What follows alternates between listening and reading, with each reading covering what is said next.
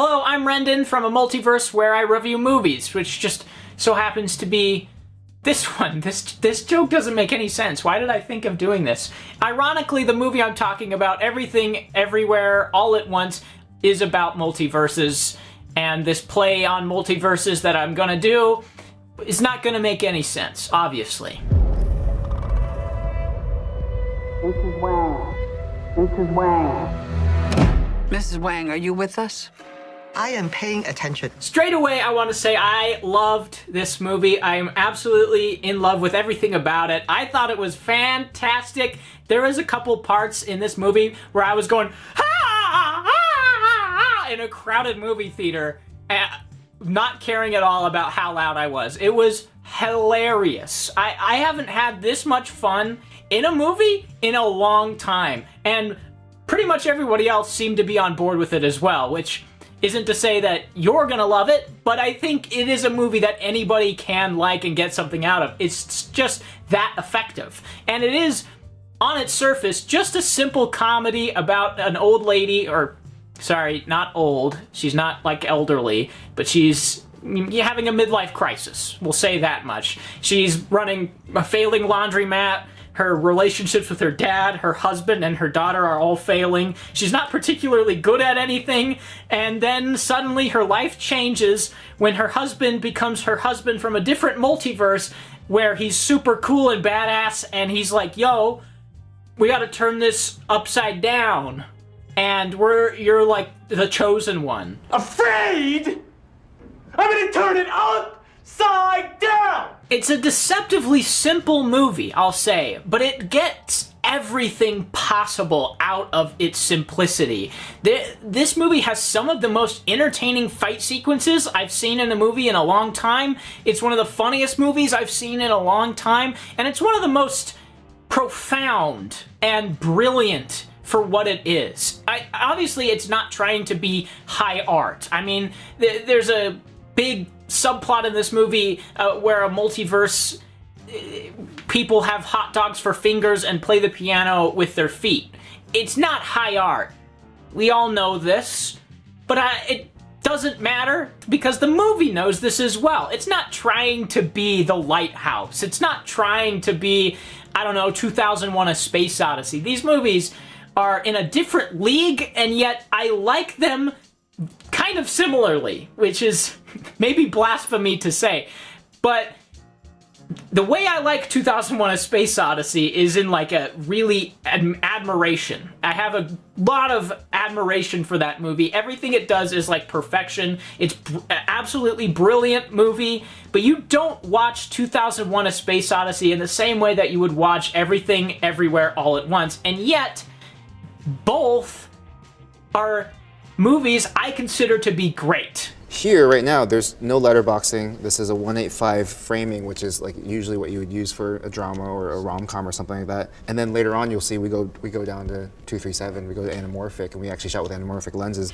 But it isn't just about its action or its comedy. It's about a whole lot more as well, and that's why I say it wrings out everything possible from this premise. It's about this family and the family dynamics at the core of it. That's the heart of the movie. That's what makes this movie as good as it is, really. Because like I said, the relationships are failing. This woman, Evelyn, has completely put her family on the back burner to what she thinks is important, which is the laundromat, her taxes, and doing dinner for her dad, making him proud of her for some reason. And then, slowly as the movie goes along, her ultimate character arc is learning what's truly important. Honestly, this movie reminded me a lot of the books, The Subtle Art of Not Giving a F***, because that book is all about trying to find what's important to you and giving a f*** about that without giving a f*** about things that you shouldn't give a f*** about, that you don't think are important. It's an incredibly interesting way to view things, and it's something that most people don't necessarily do, and that's why they find that book so profound and interesting. But I think this movie actually does a better job of communicating what that book is communicating, because you can actually relate to these people, these characters, and see that progression. For me, I'm a very visual learner. I'm kind of a hands-on learner, and seeing that these characters interact with these the other characters and how they grow with each other and how they realize what is important to them is so much more interesting to me. And I still think that book is great, but I think this movie does a better job of communicating that because it puts it into kind of a practical lens, while also being about the multiverse and a raccoon controlling a chef that's slicing up vegetables and a bunch of nonsense. We pull the door in one shot, we rip off a door in another shot, we cut it fast enough, and it feels... It feels good. Yeah, it's jarring and fun, and Yeah. it's kind of what... Who was looking at the door? Everybody was looking at Jamie, for I know, God's I know. sake. Look at this. This is a Look at real that staple in her stapled- head. But here's the best part of all. This movie also nails the filmmaking aspect, and that's something that, I did not expect. I mean, I loved the Daniels first movie, Swiss Army Man. I think there's a lot of clever, fun, creative, and unique things in that. But this one takes all of that to the next level, I'll say. The filmmaking in this is actually kind of awesome. They do a great job of stitching scenes together with really creative transitions and using the camera as almost a character of itself, using it to portray characters in time. This is a dumb idea. It uses aspect ratios, it uses cutting, it uses transitions in a way that conveys exactly what these characters are, who they are, where they are in time, and what they're trying to accomplish, just from simple tricks like aspect ratio shifts and editing. Really simple stuff, but it's creative and it's well thought out, so it works incredibly well.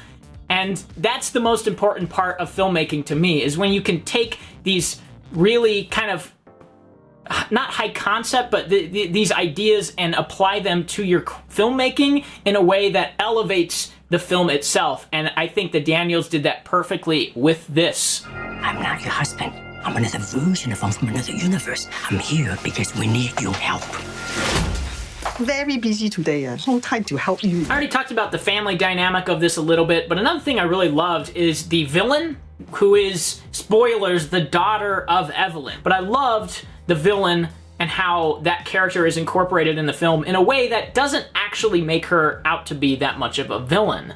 I mean, the first, hour of this is you anticipating this villain character and what her motive will be, and then it kind of turns it on its head in a way that is subversive and works really, really well. I mean, the whole movie's pretty subversive, to be honest. It starts off like an indie drama where the mom is running this laundromat and it's incredibly kinetically paced. It's really fast moving. She's going from one conversation to another conversation, going from her apartment to the laundromat, going from the laundromat into the office, helping somebody with their laundry, then going to a washing machine and pulling a shoe out, and her husband saying, we need to talk about getting a divorce, and then her daughter saying, we need to talk about my girlfriend, and her just kind of ignoring all of it and putting it aside because it's less important. It starts off like that, and there's absolutely nothing crazy, there's nothing quirky that happens at all. It's just like an indie drama, and then it completely flies off the handle, and I love that about this. It holds its cards close to the chest for a long time, longer than I thought it would, but I loved every minute of it.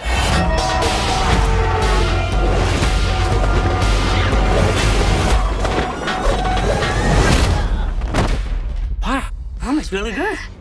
Now, I will say it's not all rosy in this thing. There are a couple things I don't love about it, but the things I don't love about it are very minor. There's literally one shot that stuck out to me where Lo Pan from Big Trouble in Little China hits Joy, Evelyn's daughter, into a wall on like a rocket chair that he made, and it looks pretty bad. And then there's some of that quirkiness I talked about and that drama I talked about that doesn't quite land, and so the drama kind of seeps into melodrama a little bit because the message is kind of on the nose. It's very, very minor, just a couple moments, and then the quirkiness of the screenplay, while 99% of the time it nails, there's a couple times when I think it steps over the line in a way that doesn't quite work. But other than that, I loved Everything Everywhere All at Once, whatever the title is. I think it's fantastic. I can't wait to see it again. I can't wait for everybody to watch it and love it, which I'm sure they will. I'll give it a 9.